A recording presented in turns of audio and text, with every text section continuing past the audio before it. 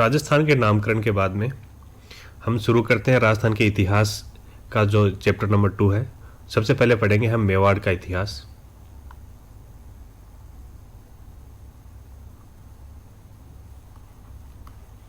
मेवाड़ का इतिहास। मेवाड़ के जो प्राचीन नाम थे उनके बारे में हम जान लेते हैं। प्राचीन नाम, जो मेवाड़ को प्राचीन नाम कौन कौन से नामों से बोला जाता था, वो थे मेदपाट, दूसरा नाम था प्रागवाट, तीसरा नाम था सीवी जनपद।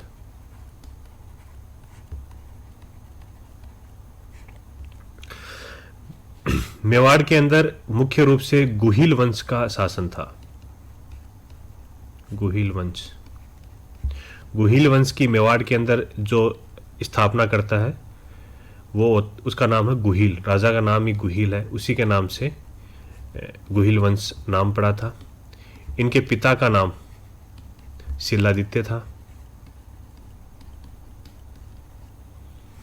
ये वल्लभी के रहने वाले थे। वल्लभी का राजा था। वल्लभी का राजा। वल्लभी कहाँ पर है? गुजरात में है। वल्लभी से गुहिल की माता इसको चित्तौड़ के पास में ले आई थी। वहां पर गुहिल गुफाओं में रहा था, इसलिए इसका नाम गुहिल पड़ गया था, ऐसा कहा जाता है। लेकिन इसकी कितनी सत्यता है ये कहीं पर इसके ठोस प्रमाण नहीं मिलते इस बात के। बस आप ये रखना कि गुहिल ने ही गुहिल वंश की स्थापना करी थी चित्तौड़ के अंदर। इसके बाद में गुहिल था, कहते हैं कि ये लगभग 566 ईस्वी के अंदर इस वंश की स्थापना चित्तौड़ में हुई थी। 566 ईस्वी के अंदर लगभग ये आया था। ठीक है, और इसकी 24 शाखाएं थी। बस इतनी जानकारी रख लेना। और तीसरा, ये उस पुराने टाइम में राजा होते थे, अपने आप को किसी न किसी वंश के साथ में जोड़ लिया करते थे। जैसे कुछ कहते थे हम चंद्रवंशी हैं, कुछ कहते थे हम सूर्यवंशी हैं। उसी प्रकार से गुहिल थे ये सूर्यवंशी हिंदू अपने आप को बताते हैं। ठीक है, सूर्यवंशी हिंदू, ये गुहिल के बारे में कुछ कुछ जानकारी है। उसके बाद में जो बड़ा राजा हुआ था गुहिल वंश का, वो होता है बापा रावल। बापा रावल, यहाँ से मेवाड़ का इतिहास शुरू होता है मुख्य रूप से। बापा रावल ने चित्तौड़ पर आक्रमण किया था। चित्तौड़ पर आक्रमण किया था।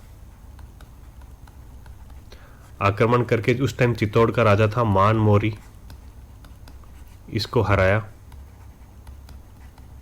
मान मोरी को हराया और लगभग 734 ईस्वी में इसने चित्तौड़ के ऊपर अपना अधिकार जमा लिया था।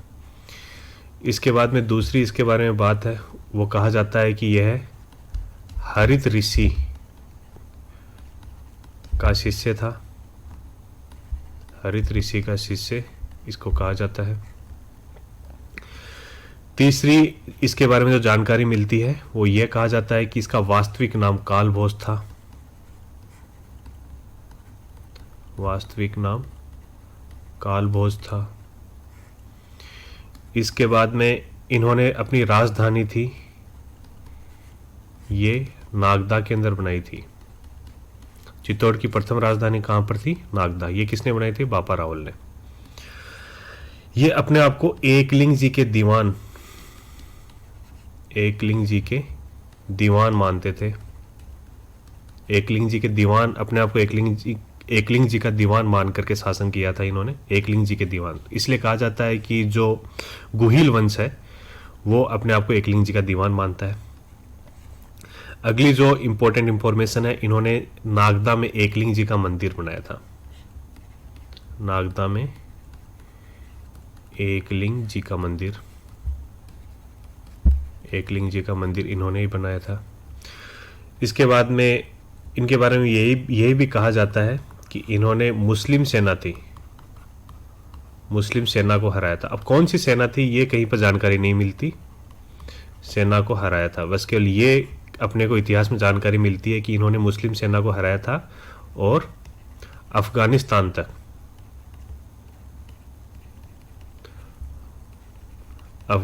तक उनके पीछे गए थे।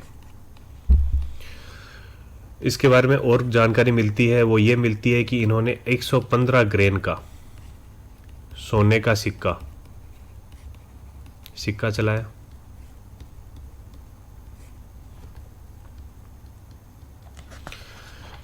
इसके बाद में उपाधियां, जो बापा रावल ने अपनी उपाधियां धारण करी थी। पुराने टाइम में राजा होते थे, अब कुछ न कुछ उपाधियां धारण करते थे। उनमें से एक उपाधि है हिंदू सूरज, जो इन्होंने उपाधि धारण करी थी। दूसरी थी राजगुरु की उपाधि इन्होंने धारण करी थी।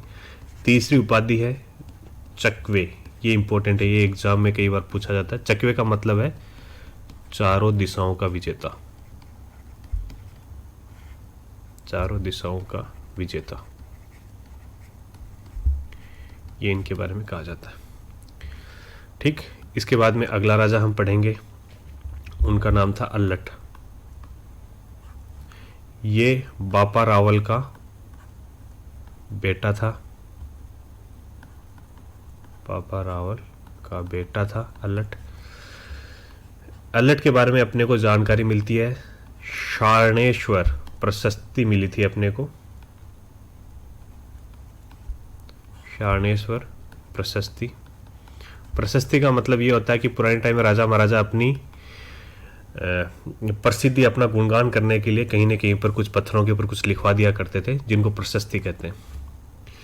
इनका दूसरा नाम आलू रावल भी था। पुराने टाइम में लोग अल्लट का आलू बना दिया, नाम बिगाड़ दिया, नाम बिगाड़ने में माहिर थे। इसने जो इम्पोर्टेंट काम किया था वो अपनी राजधानी चेंज कर ली थी, नागदा से आहड़ राजधानी ले गया। ये थी चित्तौड़ की दूसरी राजधानी, दूसरी राजधानी थी। आहड़ में अपनी राजधानी को शिफ्ट कर दिया था। इसने हूण राजकुमारी से विवाह किया था, हूण राजकुमारी से विवाह किया था। और इसने आहड़ में, देखो जो बापा रावल थे उन्होंने नागदा के अंदर जो एकलिंग जी का मंदिर था, जिनका ये अपने आप को दीवान मानते थे, नागदा के अंदर एकलिंग जी का मंदिर बनवाया था। उसी तरीके से अल्लट था, इन्होंने जो इनकी सेकेंड राजधानी थी आहड़। देखो ऐसे अल्लट ऐसे आहड़, ये इस तरीके से याद भी कर सकते हो। इन्होंने वराह मंदिर, विष्णु भगवान है, उनका अवतार है, विष्णु भगवान का अवतार है वराह है, तो इन्होंने उसी का वराह मंदिर बनवाया। कहां पर? आहड़ में, अल्लट ने। ये अल्लट के बारे में कुछ छोटी मोटी जानकारी है।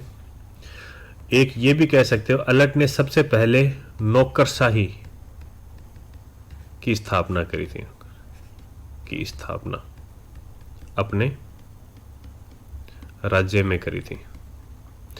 तो ये भी हम कह सकते हैं कि जैसे मेंस वेंस का क्वेश्चन होता है, वहाँ पर हम लिख सकते हैं कि पुराने टाइम में सबसे पहले लोग नौकरशाही की स्थापना करी थी किसी राजवंश के अंदर, तो वो अल्लट ने करी थी।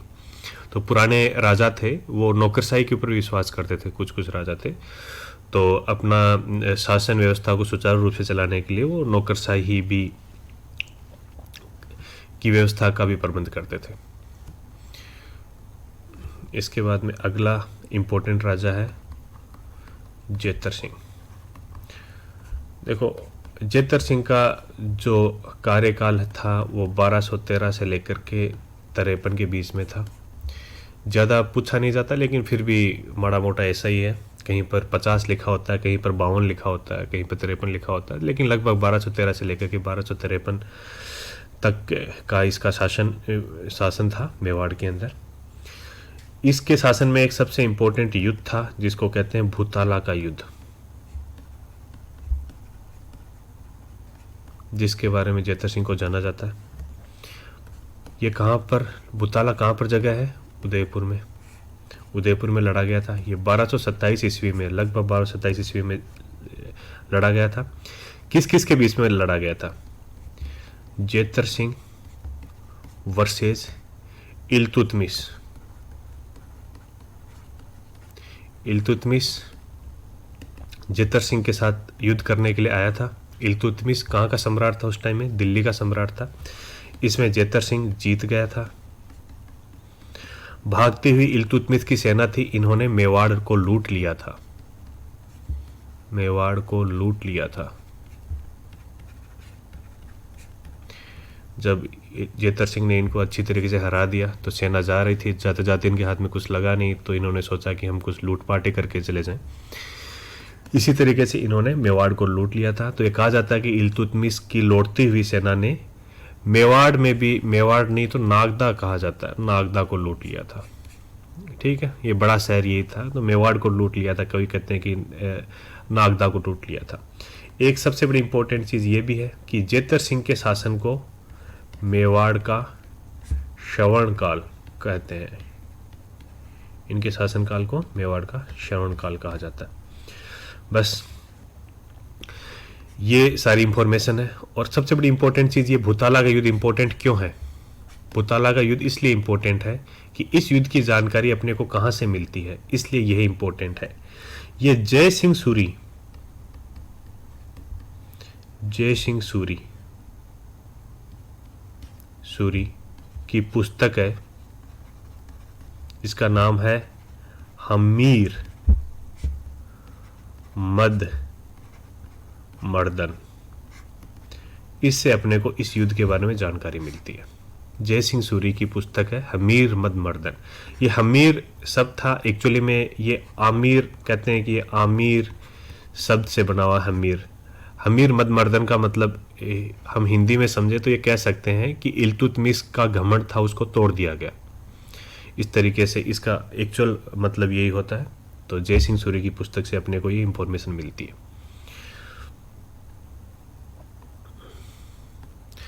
उसके बाद में बीच में कुछ छोटे मोटे राजा हुए, आए गए, ठीक है, उनको हम छोड़ देते हैं।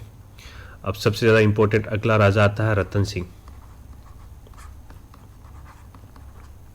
जिसका शासन काल कहा जाता है 1302 से लेकर के 1303, 1 वर्ष का। इसका जो छोटा भाई था, छोटा भाई जिनका नाम था कुंभकर्ण, ये नेपाल में चले गए थे, नेपाल चले गए। वहां पर नेपाल का, वहां पर इन्होंने गुहिल वंश की शाखा की स्थापना करी। ठीक है, 1303 ईस्वी के अंदर अलाउद्दीन, सही से लिखते हैं, अलाउद्दीन खिलजी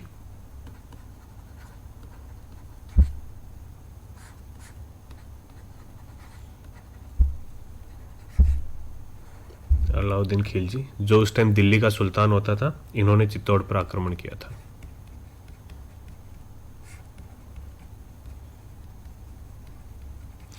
देखो, अलाउद्दीन खिलजी का चित्तौड़ पर आक्रमण करना है, इसके मुख्य कारण कौन कौन से हैं? ये कई बार एग्जाम में पूछा जाता है। जनरली ये मेंस एग्जाम, जो सब्जेक्टिव एग्जाम्स होते हैं, उनमें पूछा जाता है। ये इंपॉर्टेंट है।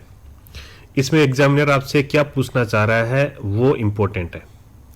अलाउद्दीन खिलजी ने चित्तौड़ पर क्यों आक्रमण किया, उसके कुछ कारण मैं आपको बता देता हूं। एक तो ये था कि अलाउद्दीन खिलजी थी, उसकी साम्राज्यवादी नीति थी, साम्राज्यवादी, ये मुख्य कारण था। ये अपना साम्राज्यवादी नीति, अलाउद्दीन खिलजी अपना साम्राज्य का विस्तार करना चाहता था कि वो, उसने लगभग देखा जाए तो राजस्थान के लगभग सभी राजपूत राजाओं के ऊपर अटैक किए थे। उसके अलावा अलाउद्दीन खिलजी ने गुजरात पर भी आक्रमण किए थे, एमपी के अंदर भी कई जगहों पर आक्रमण किए थे। इसलिए इसकी साम्राज्य विस्तार की जो नीति थी अलाउद्दीन खिलजी की थी, ये भी एक कारण था चित्तौड़ पर आक्रमण करना। दूसरा, इसका एक सामरिक और व्यापारिक महत्व भी था अलाउद्दीन खिलजी का, सामरिक व व्यापारिक महत्व।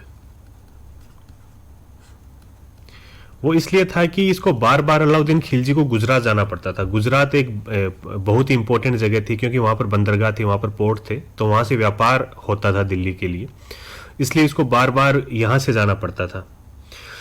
तो इसलिए इसने सोचा कि चित्तौड़ का क्षेत्र यदि अपने अधीन होगा तो मुझे व्यापार करने में सुगमता होगी, इसलिए सामरिक और व्यापारिक महत्व भी बोल इसको कहा जाता है। तीसरी इंपॉर्टेंट चीज थी कि ये सुल्तान की प्रतिष्ठा का सवाल था, कि चित्तौड़ के अंदर से सुल्तान आता था तो चित्तौड़ के राजा थे कई बार टैक्स मांग लेते थे अलाउद्दीन खिलजी की सेना से, इसलिए ये अपनी प्रतिष्ठा का सवाल भी इसको मान लिया था कि मैं इतना बड़ा सुल्तान हूँ, मुझसे कोई टैक्स कैसे मांग सकता है और मुझे आने जाने के लिए कौन रोक सकता है।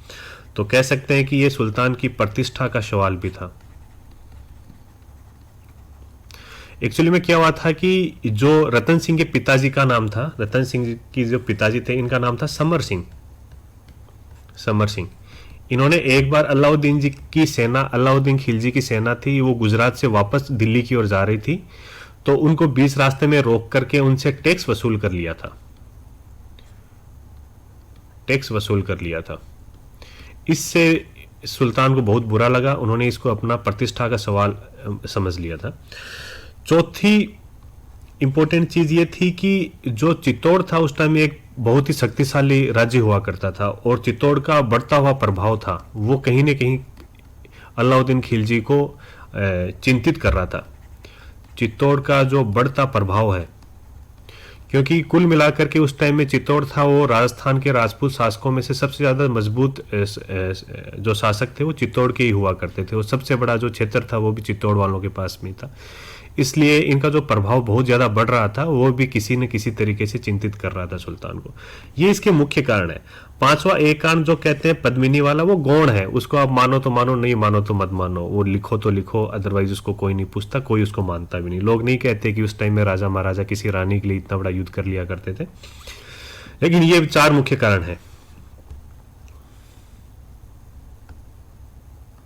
अब क्या है कि पद्मिनी के बारे में कुछ बहुत सारी चीज़ें मार्केट के अंदर आ गई, तो इसके ऊपर भी क्वेश्चंस आज के टाइम में आरपीएससी या फिर स्टेट गवर्नमेंट की एग्ज़ाम्स हैं वो पूछने लग गए। पद्मिनी के बारे में जानकारी लिखें तो कहा जाता है कि पद्मिनी थी वो सिंहल देश की राजकुमारी थी, सिंहल देश की राजकुमारी।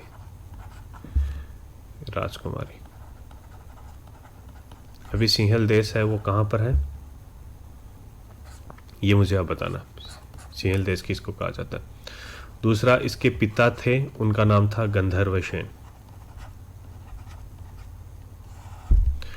माता थी, उनका नाम था चंपावती। ठीक है, ये अपना है श्रीलंका, इसको सिंहल देश कहते हैं।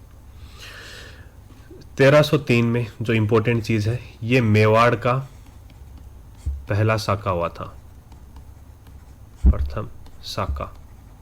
साका होता है, इसमें दो होते हैं, एक तो होता है सत्ती, एक होता है केसरिया।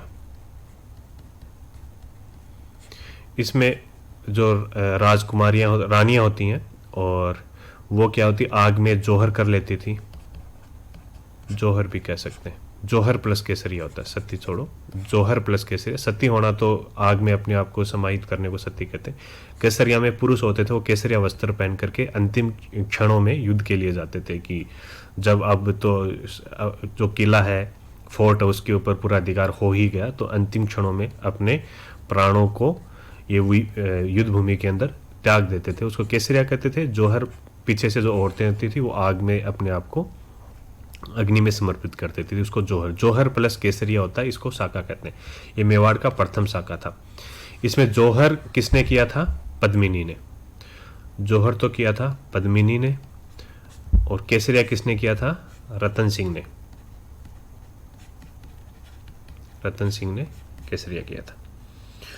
ठीक है, इसके बाद में अलाउद्दीन खिलजी थे, उन्होंने चित्तौड़ के ऊपर अधिकार कर लिया था, और उसके बाद में क्या हुआ, चित्तौड़ का नाम खिजराबाद रख दिया था।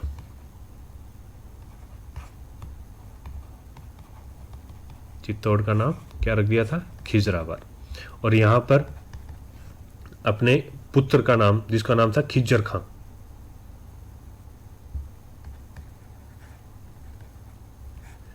खिज्जर खां, ये क्या था, पुत्र था इनका, अलाउद्दीन खिलजी का, अलाउद्दीन का। खिजर खां था, इन्होंने चित्तौड़ के अंदर, चित्तौड़ का किला था वो गंभीरी नदी के किनारे बना, तो गंभीरी नदी पर पुल बनवाया था एक। ठीक है, आगे जाकर के खिजर खां ने कुछ साल तक तो यहाँ पर शासन किया था। उसके बाद में ये वापस दिल्ली आ गया था। उसके बाद में दिल्ली के अंदर अलाउद्दीन खिलजी ने मालदेव सोनगरा को चित्तौड़ के ऊपर शासन के लिए का राजा बना दिया था। मालदेव सोनगरा के बारे में कहा जाता है इसको मूंछों वाला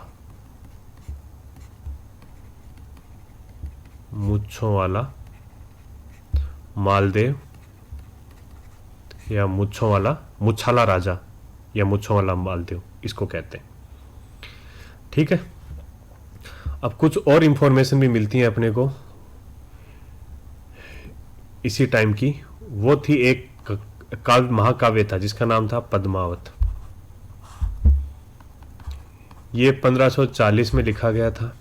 किसके द्वारा, मलिक मोहम्मद जायसी। देखो ये 1303 की घटना है, और ये महाकाव्य कब लिखा गया था, 1540 में। जो महाकाव्य होते थे वो थोड़े से एग्जेजरेट करके लिखे जाते थे, कुछ बढ़ा चढ़ा करके लिखे जाते थे। तो महाकाव्य में जो चीज़ें लिखी हुई हैं और जो रियलिटी में थी, उन चीज़ों के अंदर बहुत ज़्यादा फर्क आता था। काव्य होते थे वो एक इंटरटेनमेंट पर्पज़ के लिए होते थे, वो किसी चीज़ को बढ़ा चढ़ा करके बहुत अच्छा इंटरटेनिंग करके फिर लिखा जाता था। इसलिए हम ये कह नहीं सकते कि मलिक मोहम्मद जायसी ने जो कुछ लिखा था पद्मावत के अंदर वो सारी चीज़ें सही थी।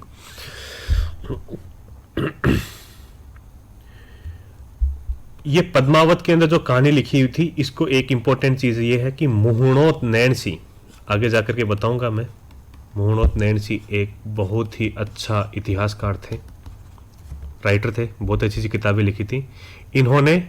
वह जेम्स टोड जिनके बारे में मैंने फर्स्ट लेक्चर में बताया था, इन दोनों ने इसको स्वीकार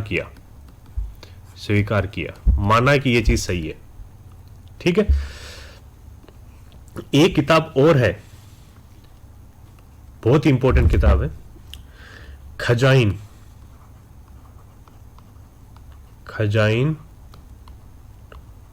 उल फुतू है। ये अरबी के अंदर लिखा खजाइन उल फुतू है, खजाइन उल फुतू है। ये किताब थी, इसको लिखा था अमीर खुसरो ने। ये कहते हैं कि अमीर खुसरो ने इस किताब के अंदर जो चित्तौड़ पर आक्रमण था उसका,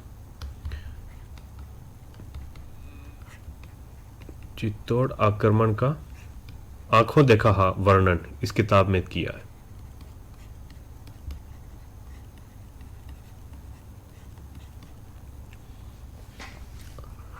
इसके अंदर इस आक्रमण की जो जानकारी मिलती है वो खजाइन उल फुतू में मिलती है, जो अलाउद्दीन खिलजी के का एक दरबारी राइटर था अमीर खुसरो, जिसकी लिखी हुई किताब है। एक इंपॉर्टेंट चीज ये भी है, पहले रावल, ये चित्तौड़ मेवाड़ के राजा थे, रावल उपाधि, रावल शब्द अपने नाम के पहले लगाते थे। तो ये रतन सिंह अंतिम राजा थे जिन्होंने रावल की उपाधि लगाई थी। रतन सिंह क्या थे, अंतिम राजा थे जिनके नाम के आगे रावल की उपाधि लगी। और रतन सिंह के बाद में जो भी राजा हुए थे उन्होंने अपने नाम के आगे बाद के राजा राणा की उपाधि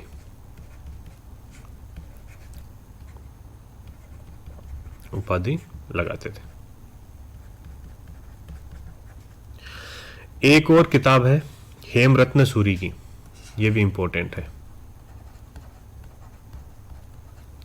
हेमरत्न सूरी की। इसका नाम है गोरा बादल री चौपाई। ये रतन सिंह के दो सेनापति थे, गोरा और बादल। ये भी बहुत वीरता के साथ इस युद्ध के अंदर लड़े थे और वीर गति को प्राप्त हो गए थे।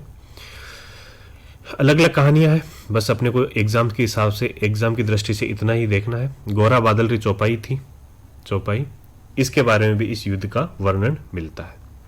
बस केवल इतना अपने को जानना है। अगले वीडियो लेक्चर के अंदर हम बाद में आगे की चीजें डिस्कस